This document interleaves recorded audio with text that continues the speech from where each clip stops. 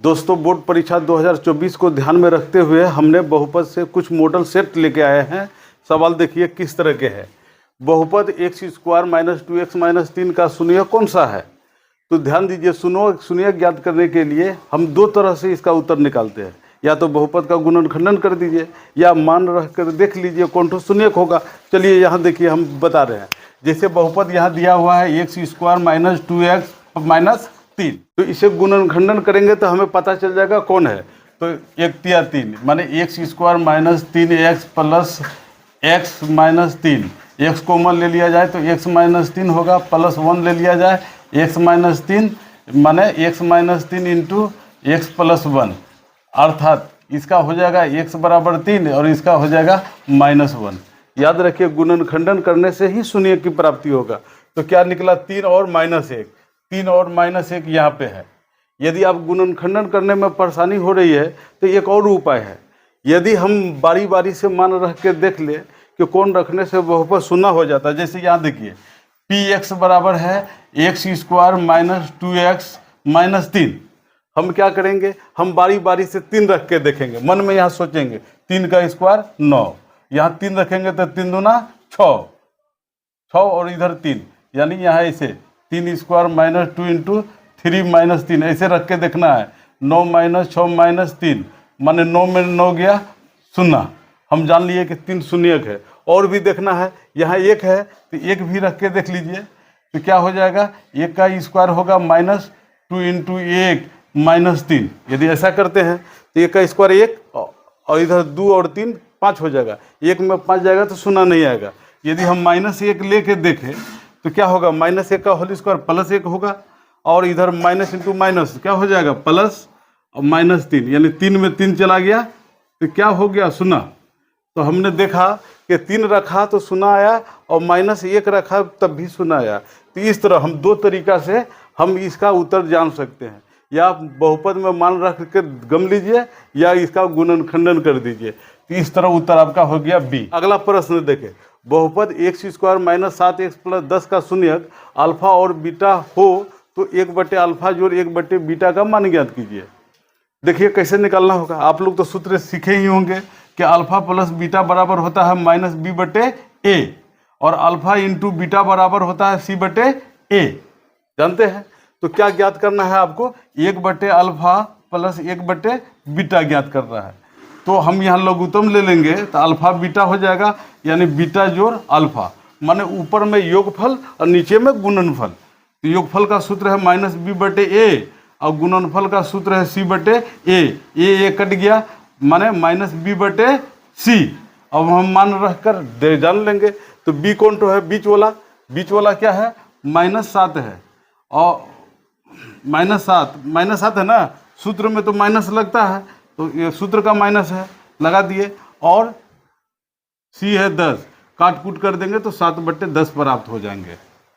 तो इस तरह हल कर कर हम ज्ञात कर लेंगे 7/10 c। समझ रहे हैं ना? अब आगे देखिए तीसरा, के किस मान के लिए बहुपद इतना का एक शून्यक 2 होगा। तो इसके लिए हम लोग क्या करेंगे? बहुपद में यह मान रख के गम लेंगे, क्योंकि नियम है शून्यक बहुपद का एक ऐसा मान है जिसे बहुपद में रखने पर बहुपद शून्य हो जाता। तो हम इसे रखकर चलिए यहाँ देखिए, x square minus 3x plus के, यही सवाल है। अब सवाल कह रहा है के किस मान के लिए बहुपद इतना का एक शून्यक 2 होगा। तो हम क्या करेंगे? मान रख लेते हैं ऐसे। P2 बराबर 2 का अर्थ है x के जगह पे 2 रख देंगे तो 2 का स्क्वायर माइनस 3 इंटू 2 प्लस के। कह रहा है शून्यक होगा, ये टोटल हो गया शून्य, यानी 4 माइनस 6 प्लस के। हल करेंगे -2 प्लस के, ये -2 इस पर आएगा तो +2 हो जाएगा के, माने के बराबर 2। के बराबर क्या निकला? 2। तो हम लोग कहाँ मिलेगा 2? ए नंबर में। याद रखें कि शून्यक जब भी दिया रहे तो उसे बहुपद में फेंक दीजिए और बहुपद में फेंकने से उत्तर आ जाए। अगला सवाल, इनमें कौन बहुपद नहीं है? तो देखिए, बहुपद नहीं होने का शर्त 3 गो है। कोई भी चर पद रूट में नहीं होना चाहिए, चर पद का घात माइनस में नहीं होना चाहिए और चर पद जो है बट्टा में नहीं होना चाहिए। और अचर पद अर्थात गिनती की संख्या रूट में हो, घात माइनस हो, बट्टा हो, कोई बात नहीं, लेकिन अंग्रेजी का अक्षर ऐसा नहीं होना चाहिए। तो यहाँ देखिए, इसमें √3 है, ये तो संख्या पे √3 है। x स्क्वायर 4/3 ये संख्या बट्टा में है, x 5 माने x स्क्वायर ना रूट में है, ना पावर माइनस में है, ना बट्टा में है, अर्थात ये बहुपद है। इसमें देखिए 10 पे पावर -2 दिया गया, माने संख्या है, लेकिन अंग्रेजी का अक्षर जो है चर पद, यह पावर में है, स्क्वायर में है, प्लस में है ना, ये भी बहुपद है। तीसरा वाला में देखते हैं 5x स्क्वायर -4, यहाँ रूट में देखिए x है, और इसमें देखते हैं x ना रूट में है ना, इसलिए हम लोग सटाक से मार देंगे सी नंबर, ये बहुपद नहीं है। एकदम ये प्रश्न आते ही हैं। अगला प्रश्न, के किस मान के लिए बहुपद इतना का शून्यक एक दूसरे का व्युत्क्रम होगा, अर्थात के का मान 1 रखे, 2 रखे, 10 रखे, कितना रख दे ताकि इसका शून्यक जो है एक दूसरे का व्युत्क्रम हो।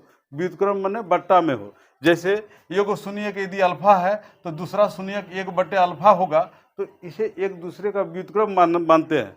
तो सूत्र है माने दो शून्यकों का गुणनफल बराबर अचर पद बटे x स्क्वायर का गुणांक, अर्थात अल्फा इंटू बीटा बराबर होता है c/a। ये तो ट्रिक याद ही होगा। तो हम दोनों शून्यक को क्या कर दे, गुना कर दे, तो क्या प्राप्त होता है। यह सवाल में क्या कहता है, के किस मान के लिए बहुपद इतना का शून्यक एक दूसरे का व्युत्क्रम होगा। ठीक है, तो चलिए देखते हैं क्या निकल रहा है। तो अल्फा इंटू बीटा बराबर क्या होता है सूत्र में, c/a, यही ना सूत्र है। अल्फा अल्फा कट गया, इधर 1 बचा, c का मान बहुपद में कितना है, के है, और a का मान कितना है बहुपद में, 1 है। अब 1 को इस पार भेज देंगे तो 1 बराबर 1 हो जाएगा, क्योंकि 1 से 1 में गुना होकर क्या प्राप्त होंगे, 1, अर्थात इसका उत्तर होगा ए नंबर। जब भी इस तरह का प्रश्न दे कि शून्यक एक दूसरे का व्युत्क्रम हो तो सूत्र पे प्रयोग करेंगे। याद रखें, अल्फा प्लस बीटा बराबर -b/a, और अल्फा इंटू बीटा बराबर c/a होता है। तो यहाँ शून्यक एक दूसरे का व्युत्क्रम था, इसीलिए एक शून्यक अल्फा लिया और दूसरा बीटा ना लेकर 1/अल्फा लिया, तभी तो व्युत्क्रम होगा। और इसका गुना करते हैं तो c/a सूत्र कह रहा है, काट कर हल करके निकाल लिए, इसी तरह बनाया जाता है।